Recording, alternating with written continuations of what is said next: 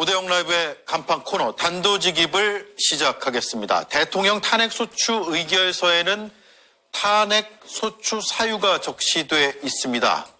여기에서 내란죄를 철회하려는 거 아니냐 이런 주장이 나왔고 논란이 꽤 되고 있습니다. 특히 대통령 측에서는 내란죄 철회로 소추 사유의 80%가 철회됐다라는 주장을 내놓고 있고 아예 그래서 각하, 그러니까 따져보지도 말고 각하해버려야 된다라는 주장을 하기에 이르렀습니다. 반면에 국회 측은 소추 사유의 변경은 없다라고 반박을 한 상황입니다. 자, 이게 일종의 프레임이 돼버려서 이 프레임이 합리적인 프레임인지 사실에 기반한 것인지를 좀 따져봐야 돼서 국회 탄핵소추위원인 천하람 개혁신당 원내대표를 오늘 인터뷰를 하겠습니다. 어서 오십시오. 네, 안녕하십니까. 예, 원내대표뿐만 아니라 소추위원까지 해서 굉장히 많이 바빠지셨네요. 네, 나라에 참 큰 변고가 있다 보니까 국회의원으로서 할 일이 많이 있는 것 같습니다. 예, 지금 이게 제가 이제 작게 출력한 건데 대통령의 탄핵소추 의결서잖아요. 네. 지난해 12월 14일에 국회 통과한 다음에 바로 정보는 헌법재판소로 넘어갔고요. 여기에 보면 제가 붉은색으로 이렇게 표시를 해놨는데 네. 내란죄, 그러니까 형법의 제87조, 그리고 직권남용 권리행사 방해죄 형법 제123조, 특수공무집행방해죄 형법 제144조 이런 내용들이 있습니다. 네. 이런 걸 없애겠다는 겁니까 지금? 아닙니다. 아니죠. 저걸 삭제하겠다라는 취지가 아닙니다. 그런데 왜, 그러니까 지금 나오는 논란의 시발점이 무엇이었냐를 찾아봐야 될 것 같은데 지금 주장과 주장이 뒤섞여가지고 이게 마치 없어지는 것처럼 주장하고 있거든요, 일각에서는. 전혀 그렇지 않습니다. 그러니까 쉽게 얘기해서 탄핵소추 의결서에서 한 글자도 빼거나 더하는 내용이 아닙니다. 예. 그러니까 이게 제가 한번 예를 들어 설명을 해드릴게요. 우리가 공무원들이 음주운전하면 처벌받지 않습니까? 그러니까 처벌도 받고 징계도 받죠. 예. 근데 처벌을 하는 거는 형사재판이고 징계를 하는 것은 징계 절차고 또 보통 일반적인 소송에서는 행정법원에서 담당을 합니다. 그렇죠. 근데 이제 아주 고위공직자, 헌법에 의해서 탄핵을 당하는 고위공직자들은 이 행정법원의 역할을 따로 헌법재판소가 하도록 탄핵이라는 이름으로 하게 되어 있는 것이죠. 예. 그러니까 이런 식입니다. A라는 사람이, 아니 뭐 대통령이라 합시다. 대통령이 술을 마시고 음주운전을 해서 사람을 쳐서 다치게 했다. 예. 라고 이렇게 쭉 써놓고 그 밑에 따라서 음주운전으로 인해서 위험운전치상죄를 범하였다라고 쓰는 겁니다. 예. 그런데 징계에서도 보통 그런 표현들 많이 쓰거든요. 그런데 실제 징계에서 따져보는 거는 술을 마시고 운전을 해서 사람을 쳤느냐 하는 겁니다. 이게 그러면 위험운전치상죄에 해당하느냐 안 하느냐에 대한 판단은 어디서 하느냐? 형사재판에서 하는 거죠. 예. 그렇지만 이 행위가 우리가 이 쭉 술을 마시고 운전을 해서 사람을 친 행위를 묶어서 간단하게 표현하기 위해서 이로써 위험운전치상죄를 범했다라고 축약해서 쓰는 표현을 많이들 쓰거든요. 예. 그렇게 한 겁니다. 그래서 아까 소추 의결서도 보시면 내란죄를 범했습니다라고만 쓴 것이 아니고 제대로 된 정말 그 국무회의 없이 그리고 비상계엄의 요건을 갖추지 못한 상황에서 관계 부처의 부서도 하지 않고 국회 통지도 없이 위법한 비상계엄 선포 행위를 했다. 그리고 불법하게 군대를 국회에 보내가지고 국회를 봉쇄하려고 했다. 그리고 체포조까지 동원을 해서 주요 정치인들을 체포하려고 했다. 따라서 이런 행위들을 종합해보면 내란죄와 직권남용죄를 저질렀다. 라고 요거를 요약해서 법률적으로 평가하는 취지인 겁니다. 네. 그래서 이 부분은 우리가 이렇게 요약해서 법률적으로 내란죄입니다라고 썼지만 이거에 대해서 실제 내란죄에 해당한다라고 땅땅땅 판결은 누가 해야 되겠습니까? 대법원을 필두로 하는 형사재판정에서 해야 되는 것이죠. 그러다 보니까 헌법재판소에서도 이거 내란죄에 해당하는지, 그러니까 형사상 범죄인지를 헌법재판소에서 따져달라는 취지냐, 그렇게 물어보는 것이고, 그러면 당연히 그렇지는 않습니다. 형사상 범죄가 되는지는 법원에서 할 일이고, 저희가 이번에 탄핵 사유로 주장하는 것은 위법하고 위헌적인 비상계엄 행위를 했다. 예. 그것이 위헌이고 파면 사유에 해당하는지를 판단해달라. 내란죄에 해당하는지 여부는 그건 뭐 법원에서 할 일이다. 그렇게 저희는 명확하게 정리를 한 겁니다. 예, 그러니까 제가 말씀드린 이 의결서가 이제 일종의 형사재판으로 따지면은 공소장이잖아요. 그렇죠. 여기에 들어가는 뭐 이런 내란이라는 표현이랄까 이런 것들을 다 뭐 드러내거나 빼거나 이런 게 아니잖아요. 전혀 아닙니다. 근데 이 논란이 왜 시작이 됐습니까? 왜냐하면 이 이슈를 쭉 따라가지 않은 시청자 입장에서는 갑자기 국회에서 내란죄를 뺀다고? 라고 일각에서 주장하는 그대로 받아들일 수밖에 없거든요. 그러니까 이제 이거는 사실은 정치적 공세입니다. 예. 그러니까 아까 이제 들고 계셨던 서류를 보면 노란색 형광펜으로 되어 있는 부분들이 내란죄의 성립 요소들이죠. 예. 실제로 보면 이렇게 헌법을 위반해서 헌법기관인 국회에 계엄군이 들어가서 이런 식으로 내용들은 노란색으로 표시되어 있고 그래서 빨간색으로 이것이 형법상 내란죄에 해당합니다라고 되어 있는 것인데 예. 구체적인 탄핵 사유는 사실은 노란색으로 표시된 부분들입니다. 그런데 우리가 이 탄핵 사유들을 모아봤을 때 법적으로 내란죄가 된다는 취지고요. 이거 솔직히 그 윤석열 쪽 법률가들도 다 압니다. 네, 그러니까 제가 이제 예. 궁금한 것은 네. 그런 이제 알면서도 그런 주장을 하는 이유에 앞서서 네.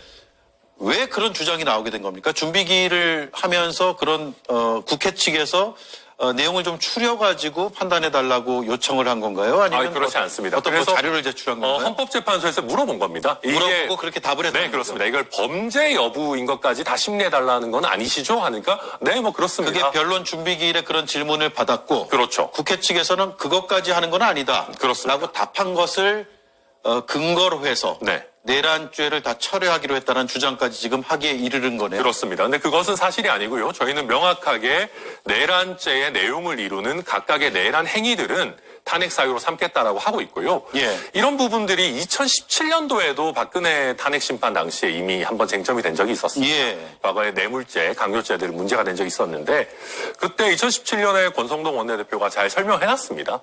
이 범죄가 되는지 여부는 어떻게 보면 법률적 평가의 영역이고 이것 그 자체가 헌법재판소의 판단 대상이 아니다라고 권성동 의원이 잘 설명해놨고요. 그리고 제가 여기서 하나 더 얘기를 드리자면 이렇게 범죄가 됩니다라고 써놓더라도 헌법재판소가 이것이 내란죄에 해당한다, 뇌물죄에 해당한다 이런 식의 결정을 할 수가 원래 없습니다. 예. 왜 그러냐면 이것은 대법원의 권한이기 때문에 그렇습니다. 그렇죠. 형사적인 판단을 내리는 것은 법원에서 하는 거잖아요. 그렇습니다. 그렇기 때문에 저희가 이런 법률적인 어떤 위반의 중대함을 어떻게 보면 명료하게 표현하기 위해서 이게 내란죄입니다라는 표현을 쓴 것이지만 예. 애당초 헌법재판소의 결정문에는 이것이 내란죄다라고 단정해서 쓸 수는 없는 겁니다. 그래서 이 부분은 범죄 여부까지 우리가 들어갈 것은 아니다라는 원칙론 플러스 헌법재판소로 하여금 대법원의 권한을 존중해서 이 부분은 형사재판에서 다룰 수 있도록 저희가 명확하게 그 부분을 정리한 것에 불과하다. 예. 네. 어찌 보면 너무나 당연한 질문에 당연한 답변을 했을 뿐인데 너무 당연한 이게 지금 며칠 사이 굉장히 논란을 키운 측면이 있고 이거는 이제 일부러 그런 것 같습니다. 예. 그러니까 지금 어떻게 보면 체포에 대해서도 저항을 해야 되고 예. 지금 대한민국의 사법부, 법원뿐만 아니라 헌법재판소와도 다투겠다는 거거든요. 쉽게 얘기하면 법치주의를 부정하고 그냥 본인들 뜻대로 끝까지 싸우겠다는 겁니다. 헌법재판도 불복하겠다라는 겁니다. 예. 그렇게 해서 아무 문제 없는 부분 이제 꼬투리 잡아가지고 헌재 불복하기 위한 지금 빌드업 하고 있는 거고요. 그러니까 조배숙 의원 같은 사람들도 나와가지고 헌법재판소가 잘못하면 국민들이 저항권 행사에서 들고 일어나야 된다. 예. 이런 얘기하는 것이 지금 탄핵 심판이 나와도 그거에 대해서 불복할 수 있는 빌미 만들기, 꼬투리 잡기 작업을 벌써 개시했다. 예. 굉장히 심각한 상황으로 지금 보고 예. 있습니다. 2017년에도 아까 말씀하셨지만 굉장히 비슷한 움직임이 있었거든요. 네. 그때도 박근혜 전 대통령을 수사도 하지 않았고 1, 2, 3심 재판도 안 받았는데 어떻게 탄핵을 하느냐라는 네. 주장을 했고 결국 결과적으로 헌법재판소에서는 헌법재판소는 말 그대로 헌법재판을 하는 곳이다. 그럼요. 헌법을 어겼는지 여부. 네. 그리고 형사법을 어겼는지 여부는 일반 재판부와 대법원에서 하게 돼 있고 네. 이걸 별개로 해야 된다는 걸 분명히 했는데도 불구하고 그거를 별개로 해야 된다라고 명확하게 잘 얘기한 게 권성동 의원입니다. 예. 제가 아까 설명했던 헌법재판은 징계 절차고 형사 처벌은 일반 형사 재판에서 하면 된다라는 얘기를 권성동 의원이 이미 명확하게 잘 해두었고요. 예. 그러니까 우리가 그런 겁니다. 예를 들면 아까 제가 말씀드렸던 공무원이 음주운전을 한 사례에서 징계 절차가 개시됐어요. 근데 공무원이 가서 저 근데 아직 그 음주운전 그 위험운전 치사상죄로 아직 처벌 안 됐는데요. 저 형사재판 다 끝날 때까지 징계 절차 좀 멈춰주십시오. 라고 하면 멈춰줍니까?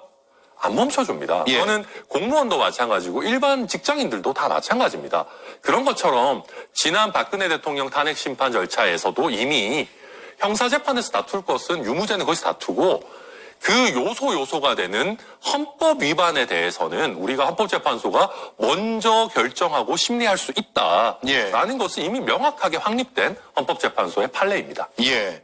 그러니까요. 그건 사실 2017년을 겪으면서 국민들도 일정 부분 상식이라고 판단하고 있는 부분인데 그게 다시 원점으로 그래서 8년 전으로 돌아간 지금 느낌이 들어서 못 돌릴 겁니다. 근데 예. 이제 그렇게 돌리려고 애를 쓰고 어떻게든 헌법재판소의 권위를 무너뜨리려고 노력하지만 우리 헌법재판소가 그렇게 호락호락한 것도 아니고요. 예. 우리 국민들이 전부가 말도 안 되는 개헌 포고령이 선포되고 정말 딥페이크였던 것 같은 그리고 소총을 든 군인들이 국회로 들어가서 창문을 깨고 진입하는 것을 모두가 보셨습니다. 그 상황에서 이것을 가지고 형사재판으로 다투기도 쉽지 않은데 이런 친위 쿠데타를 일으킨 대통령에 대해서 헌법재판을 제대로 진행을 못하고 그 결과를 안 받아들이고 불복한다? 저는 국민들의 더 큰 심판을 받을 거다 이렇게 자신합니다. 알겠습니다.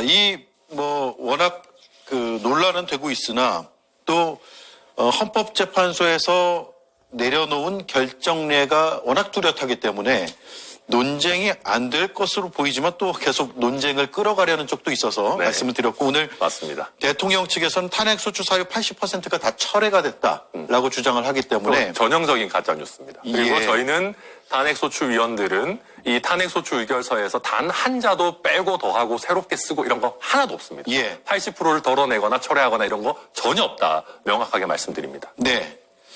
자, 헌법재판소의 심판 얘기를 한번 해볼게요. 14일 다음 주부터 이제 정식 변론기일이 시작이 되는데 윤석열 대통령이 앞서서 내가 직접 나가겠다라는 걸 변호인을 통해서 밝혔는데 네. 실제로 나올까요? 지금 안 나온다는 얘기도 있고요. 요즘 세상에 윤석열의 말이라는 게 무슨 의미가 있겠습니까? 저는 지키지 않을 거다. 또 이것도 그냥 거짓말이었을 것이다라고 예. 생각을 하고요. 쫄아서 못 나올 겁니다. 나왔다가 체포당하면 어떡할까? 쫄아서 못 나올 것이고, 저도 헌법재판관들 앞에서 변론해본 적이 있는데요. 예. 그분들 그렇게 호락호락한 사람들은 아닙니다. 정말로 핵심을 꿰뚫는 질문에 대해서 본인이 제대로 답변 못하는 것도 정말 두려워서 못 나올 겁니다. 예. 지금 봤을 때 본인이 편안한 본인 관저든 집무실이든 이런 데서 방구석 여포처럼 이야기하지만 지금 두려워서 거기서 한 발자국도 못 나올 것이고 본인의 어떤 거짓말이 들통날까봐 또 앞뒤가 다른 내로남불이 들통날까봐 헌법재판소에 못 나올 것이다. 예. 그리고 지금 벌써 그런 얘기 나오잖아요. 내란죄가 정리되기 전까지는 안 나오겠다 얘기하는데 이것도 지금 이미 두려웠던 상황에서 헌법재판소에서 베테랑 재판관들에게 핵심을 꿰뚫는 질문을 받을 것을 두려워했던 나머지 핑계 만들어가지고 안 예. 나온다라고 봅니다. 만약에 본인이 얘기한 것처럼 이런 식으로 내란죄에 대한 형사처벌 문제를 헌재에서 다루지 않는 것이 문제라면 본인이 나와서 그 문제점과 모순을 더 강하게 지적해야죠. 본인 말대로 80%가 철회됐다고 생각한다면은 예. 나와가지고 80% 날아갔는데 이거 각하당장 해달라. 우리 쪽 얘기가 맞는 거 아니냐. 국회에서 재의결을 해오든지 각하시켜달라고 더 세게 이야기해야지. 왜 못 나올 게 뭡니까? 본인 스스로도 이 내란죄가 철회됐다, 80%가 날아갔다. 이게 말도 안 되는 궤변이라는 걸 알기 때문에 그리고 그 궤변이 한꺼풀만 들추면 금방 들통난다는 걸 알기 때문에 네. 쪽팔릴까봐 쪽팔리는 표현하면 안 되죠. 본인의 모습이 드러날까봐 쫄아서 못 나오는 거다. 저는 그렇게 생각합니다. 예.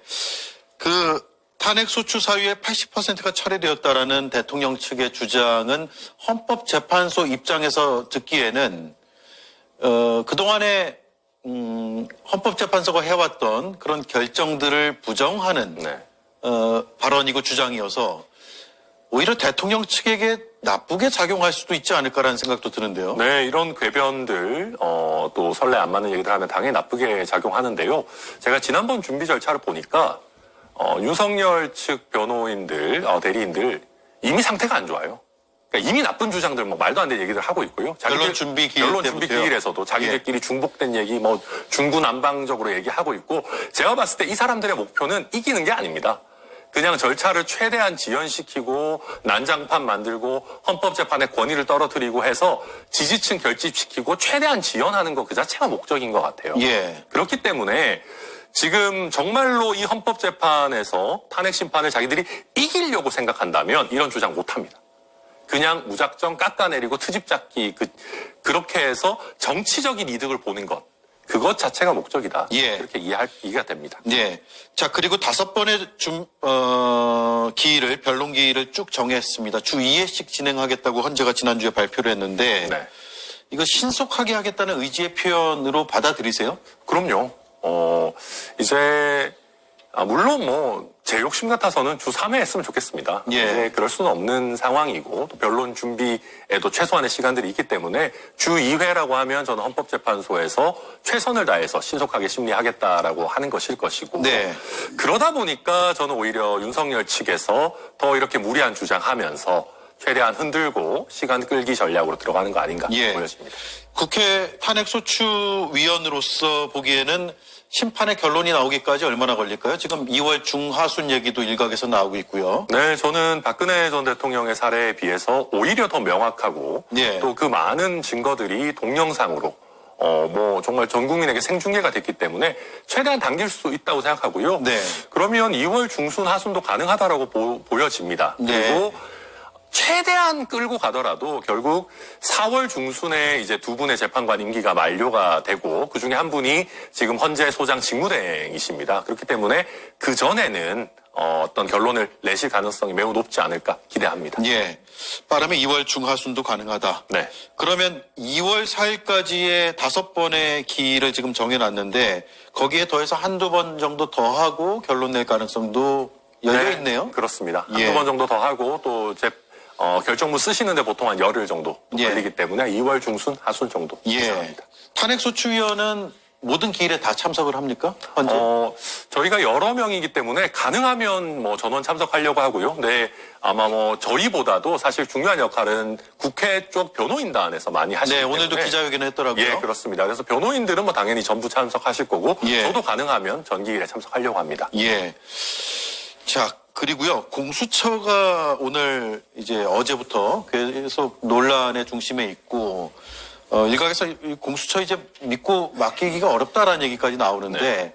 국회 현장에서 보실 때 어때요? 그 공수처에 어떤 문제가 있어 보입니까? 여기는 원래 믿고 맡길 때가 아닙니다. 그러니까 예. 지금까지 뭐 제대로 수사해서 성과를 낸 게 거의 없거든요. 그러니까 그러면서 맨날 사람이 부족하다, 예산이 부족하다 이런 얘기하는데 여기가 이제 검찰청으로 따지면 한 순천지청 정도 사이즈가 됩니다. 예. 순천지청은 한 해에도 수백 건, 수천 건씩을 정말 제대로 수사하고 기소해서 성과를 내고 있거든요.